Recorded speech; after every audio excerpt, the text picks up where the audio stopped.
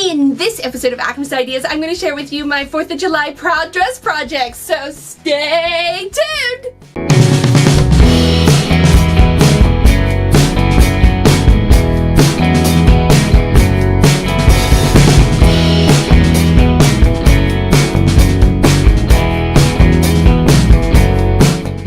Hello and welcome. I'm Akram Burris, and you're watching Akram's Ideas, bringing creative and crazy ideas to life.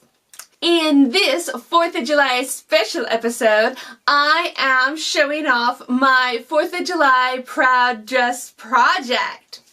Now, many of you may be familiar with the Sew Along Challenge that I am co-hosting currently with Renata of Running in Style, Judas of Judas D Crafts, and Bianca of Vintage on Tap. And basically we had the Sew Along Challenge, the Colors of the Flag Challenge, where you could choose to make a outfit or dress that showed off your patriotism or culture. So with the Sew Along, you could choose to use one of two hashtags, one of which being the 4th of July dress project or the Flags of the World dress project, depending on where in the world you were and what you were creating. Of course, I live over in the States, and 4th of July is like one of my favorite holidays. It's middle of summer, it's nice weather, there's fireworks and picnics and all sorts of fun things. Unfortunately for us today, it is like a super rainy day, so I don't know how much outdoorsing I'm going to get to do today, but hopefully it'll be clear up and I'll actually get to do some fireworks tonight, so I'm looking forward to that. But let's talk a little bit about my big reveal for the 4th of July dress project. I'm going to go ahead and go into kind of a little lookbook so you can kind of see the top that I made for this project up close and get a peek of how it looks.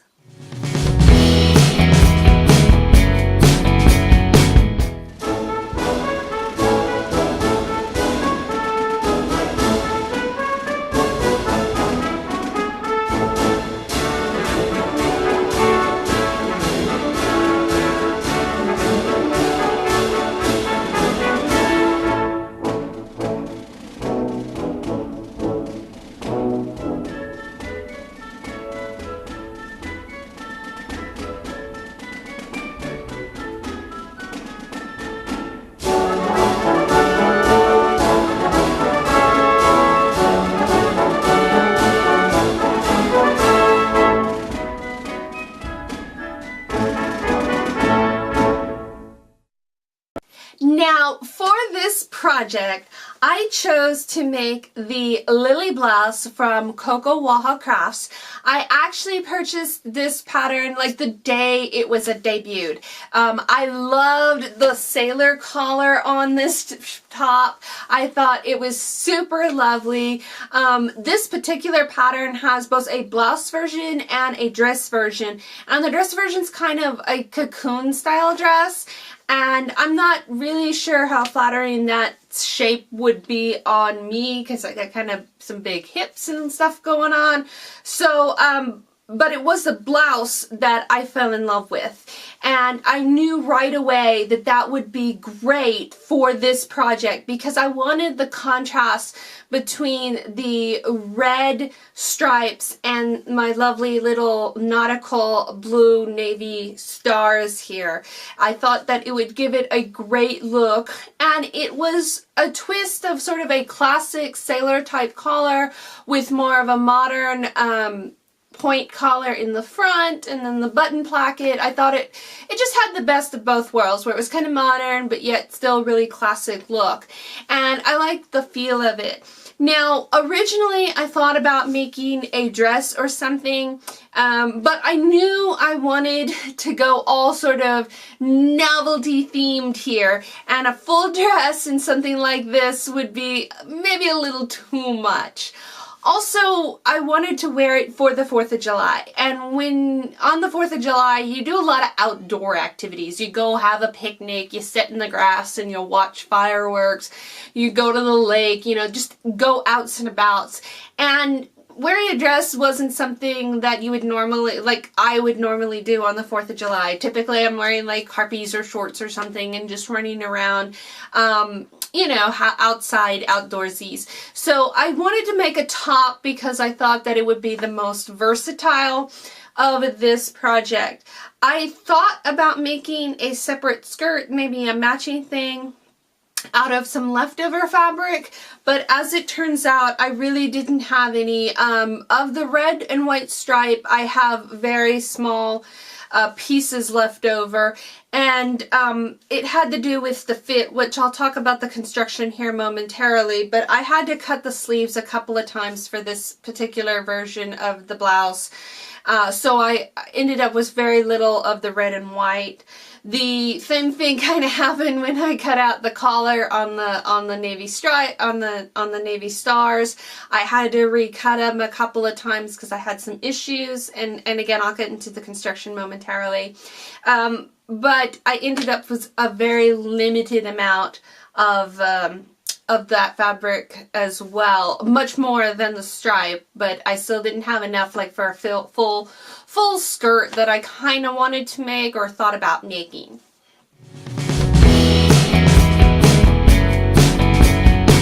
Here is the close-up of the blouse. When I went to cut out this blouse, I discovered that the fabric was not a horizontal stripe, it was a vertical stripe, which meant the stretch of the fabric went this way as opposed to this way, which is what I needed it to do. I'd already made another version of the Lily Blouse and found that the size 5 pretty much fit perfectly. The only adjustment that I did was I sewed the seam allowance around the arm at a 1/4 inch instead of 3/8 inch just to give my arms a little bit more room. But since the stretch in the fabric was going the wrong way, I was worried that there wouldn't be enough give in the fabric to actually get it on. So what I ended up doing is at both side seams, I ended up adding a 1/2 inch on both sides, the front and the back, and both the left and right side. So I added 1/2 inch to both of those sides, and I did the same thing on the back and actually added a 1/2 inch on both sides, which proved to be slightly too much. So instead of sewing the back seam at 3/8 of an inch, I ended up sewing it at a 1/2 inch just to accommodate a little of the excess. Now, the biggest issue that I ran into was the sleeves. And I've got big arms, so I wanted the sleeves to be bigger, obviously, so that I could actually fit my arms into it. Originally, I decided to cut the size 7 sleeve and try to attach it, even though the bodice was already cut at the size 5, was just a 1/2 inch extra on the side seams, and that didn't work at all.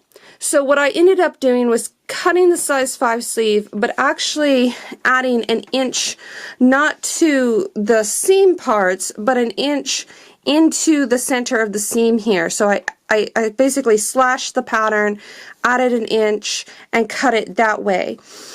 This worked perfectly as far as size goes, and after attaching it to the bodice pieces, it fit very well. Now, what I ran into issues with is that I forgot that I have now added, basically, right here at the top here, basically I added an inch right here. And I forgot that I had done that when I went to cut the collar pieces. So I actually cut the collar pieces all at the correct size 5 size, and they did not fit obviously all the way to the notched marks on the bodice. So what I ended up having to do was obviously go back and realizing my mistake, I had to add an inch to the collar piece here and an inch obviously on the other side here. I had to do that for both the top collar pieces and the facing, and I just did it for the front half of the facing. I didn't do it for the back. I didn't exactly know where all this was going to line up, so I just estimated, put an inch inside there, and recut it. So the seam on the inside doesn't quite line up with the seam of the blouse, but it's the under facing, so you won't see it.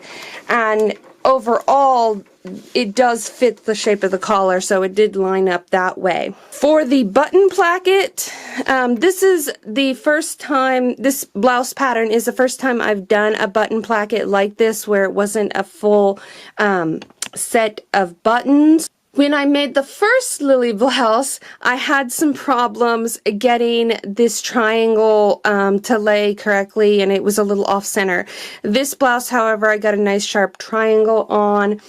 I chose these little golden sort of nautical buttons. I have a whole jar of these buttons that I picked up at an antique store, and I figured that worked so well with this look and style, so I put them there.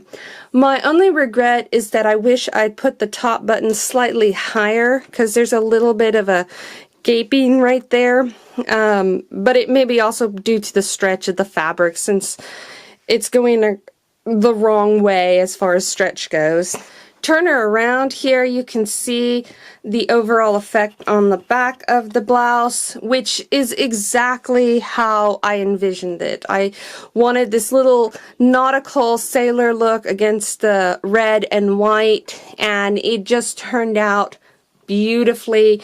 And I love the look of this blouse as far as the sailor inspired collar here, and then the front of it is also really nice because it's not too sailory. It's got this really nice sharp collar, and then the button placket gives it something else too, so I'm really happy with how it turned out. Here we have the inside of our garment, and you can see the collar facing here.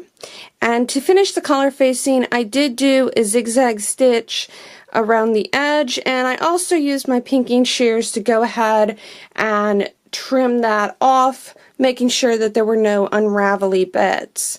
If I lift the facing here, you can see that the facing is interfaced, and then I did clip the curve of the under collar. Turning around here, you can see the shoulder dart, and I just feel on me personally that the shoulder dart doesn't really come to the end of the shoulder. It just kind of lays kind of high, and I don't know if that's a design feature or if my shoulder dart just isn't in the right place as far as where it needs to be on me, but it is in the right place for the sleeve. The back of the blouse, again on the collar facing here, I've chose to include my little tag, which I put in all my projects, and again on all the seams I've trimmed it down with my pinking shears to make a very, very narrow seam allowance here. Now, I really love my Lily blouse, and I just love the contrasting with the sailor collar and everything like that. As I said, going over the construction, I think this blouse was super easy to make. I put it together in no time. The size 5 seemed to fit pretty much just straight on. It was a good fit. As I said earlier, I had to do some adjustments for this particular one, but I intend to probably make some more Lily blouses. And I like how it's versatile, because then I can wear it with a skirt, or I can wear it with jeans, and it's just kind of fun to wear around town. It's made out of a nice light cotton. If you are participating in the Colors of the Flag challenge, you have until July 7th still to post your projects. You can post them on Instagram, YouTube, on your blog, whatever. You can use the hashtag 4th of July Proud Dress Project or Flags of the World Dress Project. Everybody who's participating, we're going to do a little roundup montage video, so be sure to get those out there and posted before by July 7th, and then sometime the following week I'll debut the video of everybody's makes. So I'm really excited to see what you guys have made. I've already seen some amazing projects out there on Instagram, so keep up the good work. I hope you've enjoyed this episode of Akram's Ideas, and if you did, be sure to give us a big thumbs up. Don't forget to follow Akram's Ideas on social media and subscribe to our channel. Thanks for watching, and have a happy 4th of July!